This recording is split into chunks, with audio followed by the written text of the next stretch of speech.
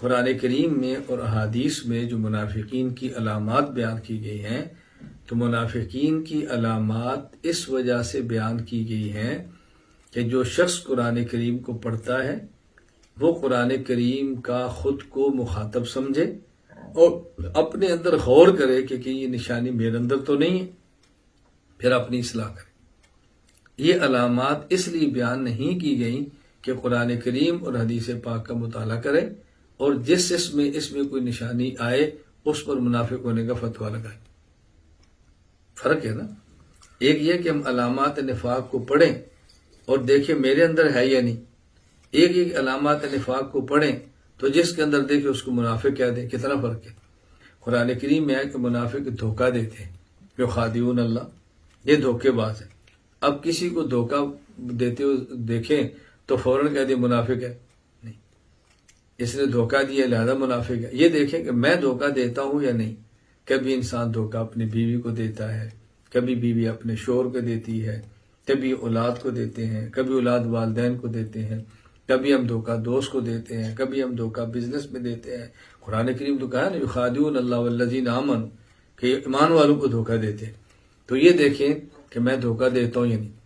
یہ قرآن کریم کے اندر ہے، منافق کی علامت بیان کی ہے، وَإِذَا قَامُوا إِلَى الصَّلَاةِ قَامُوا كُسَالَىٰ، جب یہ نماز پڑھے تو سستی کر دکھاتا ہے۔ اب کسی کو نماز میں سست دیکھے کہ تو منافق ہے، اللہ نے کہا منافق سستی کرتا ہے؟ نہیں۔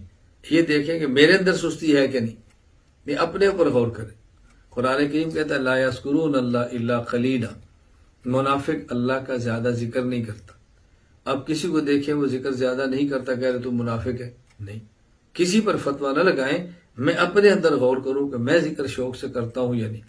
میں شوق سے کرتا ہوں تو ٹھیک ہے، نہیں کرتا تو مجھے فکر ہونا چاہیے کہ میں منافق تو نہیں ہوں، میں ذکر سے کیوں بھی دیکھتا ہوں، میرا ذکر کو کیوں دل نہیں کرتا، میں شوق سے اللہ کا نام کیوں نہیں لیتا۔ اسی طرح حدیث میں منافقین کی علامات بیان فرمائی گئی ہے کہ جب وہ بات کرتا ہے تو جھوٹ بولتا ہے، اذا حدث کذب، جھوٹ بولتا ہے، وَإِذَا وَعَدَ أَخْلَفَ، اور جب وعدہ کرتا ہے تو وعدہ خلافی کرتا ہے، وَإِذَا اؤْتُمِنَ خَانَ، جب امانت رکھی جائے تو خیانت کرتا ہے، اور اسی طرح جب وہ جھگڑا کرے تو گالیاں دیتا ہے، یا بعض روایات میں کہ قسمیں بات بات پہ قسمیں اٹھاتا ہے۔ تو جب یہ علامت کسی میں دیکھیں اس پر منافق ہونے کا فتویٰ نہ لگائیں۔ تیسری بات کا خلاصہ کیا ہے؟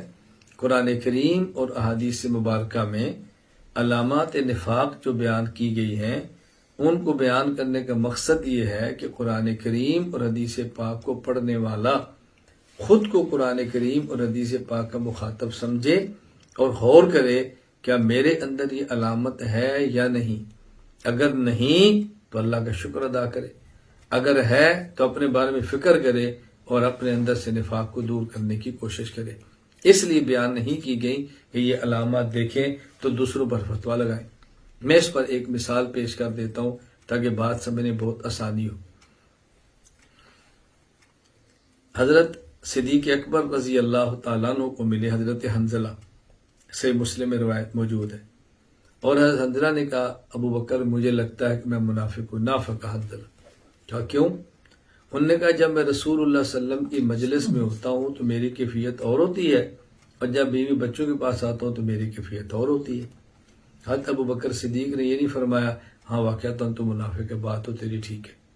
صدیق اور فرمانے کہ نافق ابو بکر حنظلہ، پھر تو مجھے لگتا ہے کہ میں منافق ہوں، یہ علامت تو میرے اندر بھی ہے۔ جب میں رسول اللہ صلی اللہ علیہ وسلم کے مجلس میں ہوتا ہوں تو میری کیفیت اور ہوتی ہے، گھر آتا ہوں تو اور ہوتی ہے۔ تو دیکھو صدیق اکبر رضی اللہ تعالیٰ عنہ حضرت حنظلہ پر فتویٰ نہیں لگایا، اپنے بارے میں کہا کہ نہیں مجھے لگتا ہے میں منافق ہوں۔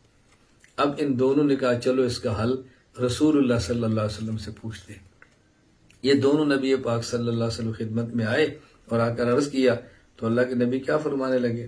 آپ نے فرمایا کہ لو تدومون، اگر تم ہمیشہ اس حالت پر رہو جو میری مجلس کے اندر ہوتی ہے، یہی حالت تمہاری بیوی کے ساتھ اپنے بستر پر ہو، اور یہی حالت تمہاری کسی سڑک پر ہو، علی الفرش او طرق، گھر جاؤ یہی حالت ہو، سڑکوں پر بھی یہی ہو، لصافحتکم الملائکہ، پھر تم انسانوں سے نکل کر فرشتوں میں چلے جاؤ۔ یہ تو فرشتے کا ایمان ہے کہ اس کا ایمان ایک سطح پہ رہتا ہے، اوپر نیچے نہیں آتا۔ جو مسلمان بشر ہے اور نبی نہیں ہے اس کی ایمان کی کیفیات کبھی اوپر آئے گی کبھی نیچے جائے گی. ماحول اچھا ہوگا تو کیفیت اچھی ہے، ماحول غلط ہوگا کیفیت کم ہے. اب جو ماحول نبی کی صحبت میں ہے وہ ماحول بیوی اور بچے اور گھروں میں تو نہیں ہو سکتا نا. تو آپ نے فرمایا اگر یہی حالت رہی پھر فرشتے تم سے مصافحہ کریں. میں نے اس کی وضاحت کر دی، فرشتے مصافحہ کرنے کا مطلب یہ ہے کہ تم پھر انسانوں سے نکل کر فرشتوں کی کیٹیگری کے اندر چلے جاؤ گے. کہ ایک ہی جگہ پر ایک ہے نبی کا ایمان. نبی کے ایمان کی کیفیات میں ہمیشہ ترقیات ہوتی ہے اوپر، اور ایک ہوتا ہے امتی کا ایمان بشر کا. اس کا ایمان کبھی اوپر جاتا ہے کبھی نیچے، کبھی اوپر کبھی نیچے. اور ایک ہے فرشتے کا ایمان، وہ ایک جگہ پہ کھڑا ہے. کیوں؟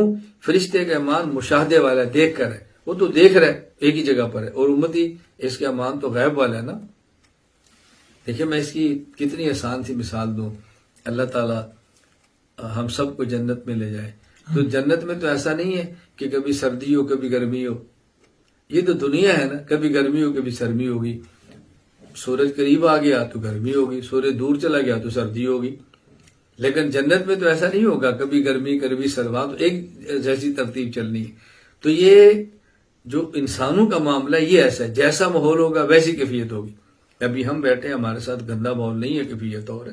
اگر یہ ہم بازار میں بیٹھ کے باتیں کریں گے تو کیفیت اور ہے. تو علامات نفاق پر میں نے ایک مثال دی ہے.